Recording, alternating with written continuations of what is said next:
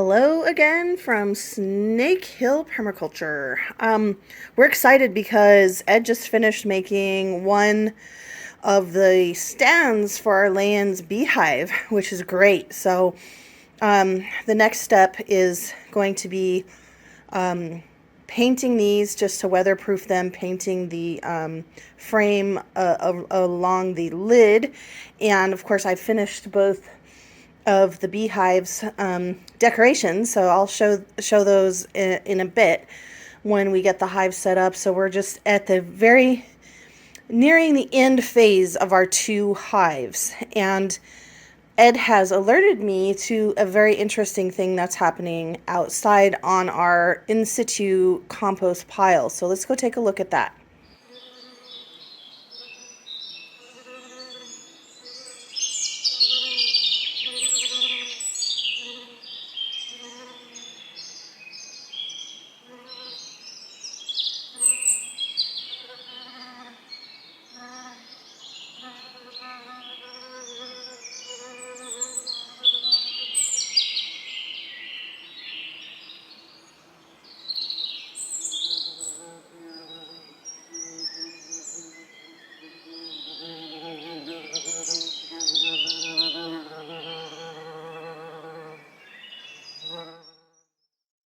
Okay, here we are in our north orchard, which is our lower orchard, which confuses me all the time.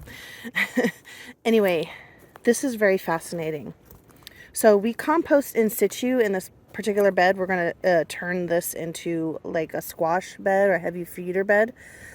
But look at all of these bees. Whew, they're a little aggressive. I'm sure they're kind of hungry. Hello, I'm not wearing a bee suit.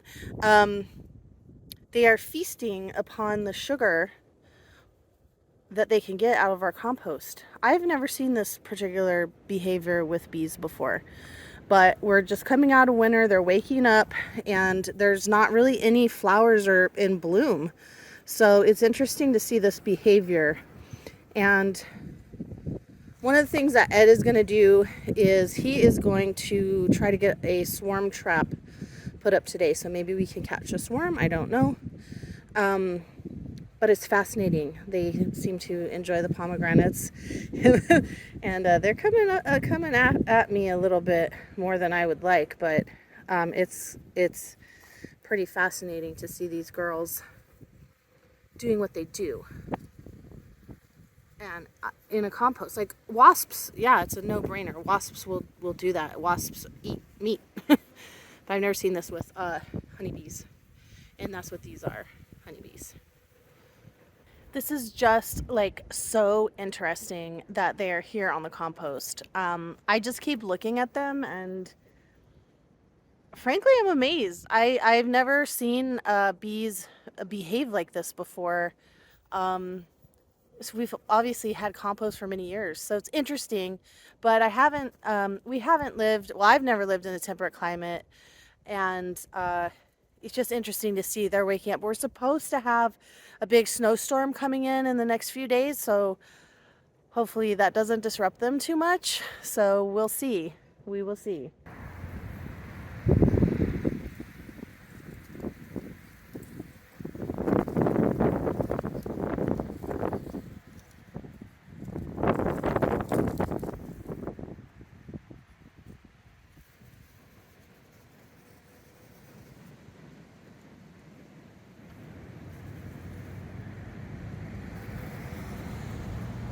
So today we are finishing up our beehive projects. Ed fabricated these stands. It's on its side right now, but it's raw wood, so it needs to be painted. And I like Kills. It's Kills 2, interior and exterior paint. And this is the water-based one. So it's a sealer and a primer, and that's fine. This is for outdoor use. But I like the water-based Kills because I can just wash my brush with water and not have to use acetone or paint thinner to get my brush clean, because then that's a pain to dispose of later. So we're painting the beehives frames, and then this is one of the lids. We've got to paint this edge, and then Ed is fabricating. Well, he cut the wood, so he now has to put that second frame together. And then we'll go and take the beehives outside and set them up in the area that we've chosen for our apiary. And then we're also going to put out some swarm traps, which this is a swarm trap. Where's the front?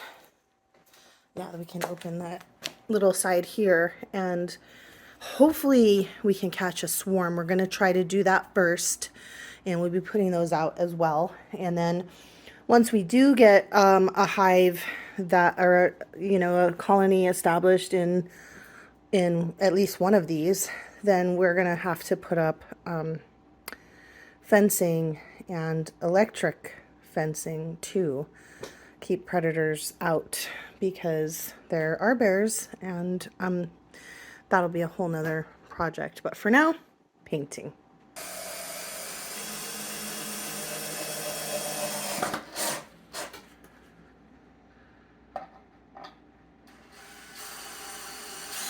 Okay, now I'm gonna see what Ed's up to with his side of hive prep. What are you doing exactly? I'm working right now to go and tension up the frames. So we've got the different wires on the frames. We're going to go and make these so they've got tension. So there's this really cool device you've got here that actually allows you to create tension on the wire. So you just do a little like that and it gets tight. See? Like before it's like meh, but then you do a little of that, bing, it's like a guitar string. Right like that. And so so these are the frames that the bees will build their comb onto, correct? Yeah, this is going to go actually into our swarm traps, which we may use as nukes later, Okay. which is a nucleus for a new beehive.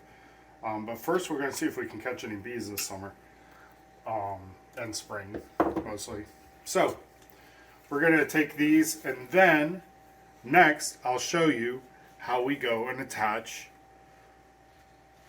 beeswax to it. Okay, here we have some of our beeswax, and we're going to attach this to the frame so the bees like it, and we just slide it up, and we want to make sure it's attached to the top frame here. So we want to slide it down, make sure that fits pretty well in there. This is supposedly Italian beeswax that is pesticide free. Well, we'll see. We want to try to make sure it's laying against those wires pretty well. And then we're going to use this Dell charger. I learned this from Dr. Leo. We'll put a thing to his description on how to do this. But this is a Dell laptop charger. I've gone and modified it, obviously. You can't charge a laptop this way. And I'm going to go and attach it here to the two sides. Go ahead and turn me on, Lucius. And we've got current running. Now we want to wait till we just start seeing the wires pop through so that it attaches to the frame. So you're heating the wires. I'm heating the wires with. Oh, here we go already. And we've got some of them attached. Okay. But we want to do a little bit more. Can you turn it off? I gotta fix this wire. Okay, turn it on. 3, 2, 1. And let it melt a little bit longer. You see those sparks? That's the current running through it. And press this in where it's hot. Oh yeah, I can see it coming through. So it's melting. Yep. So Now- it'll be attached. Okay. So, if we look at it now, we can see it doesn't fall off. It's completely attached to the frame. Now, if you look down here, we're going to insert this into our swarm trap. And we've got another 7 or however many frames to do. Not 7, 1, 2, 3, probably 4 more frames to do. All right, so we're going to try to use this old maple stump as one of our swarm trap collection points. It's not going to be the only one. And first I gotta take off some of these old mushrooms that are growing on the top so I can kind of get the trap to sit on here a little more level. Don't need to remove them all, but just try to get some. So next I'm going to take some of the slate that we've got in ample amounts of from when we dug our new well, and we're going to try to level this out. On top of the slate, I'm also going to add a few shims. I don't know if these are as many as I need. I don't know, it's a swarm trap, it doesn't have to be that level, it's not going to be permanent. I'm just trying to protect the wood with the swarm trap. And let's try to orient this to the south for the bees. Get this lined up a little better. When my shims dropped out, it's okay. We can fix that. And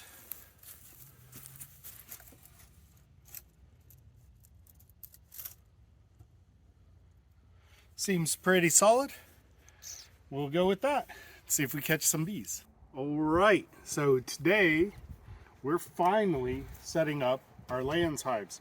We went and we leveled them with some slate. The slate is good because it helps the water run off from the legs, so maybe they won't rot as fast.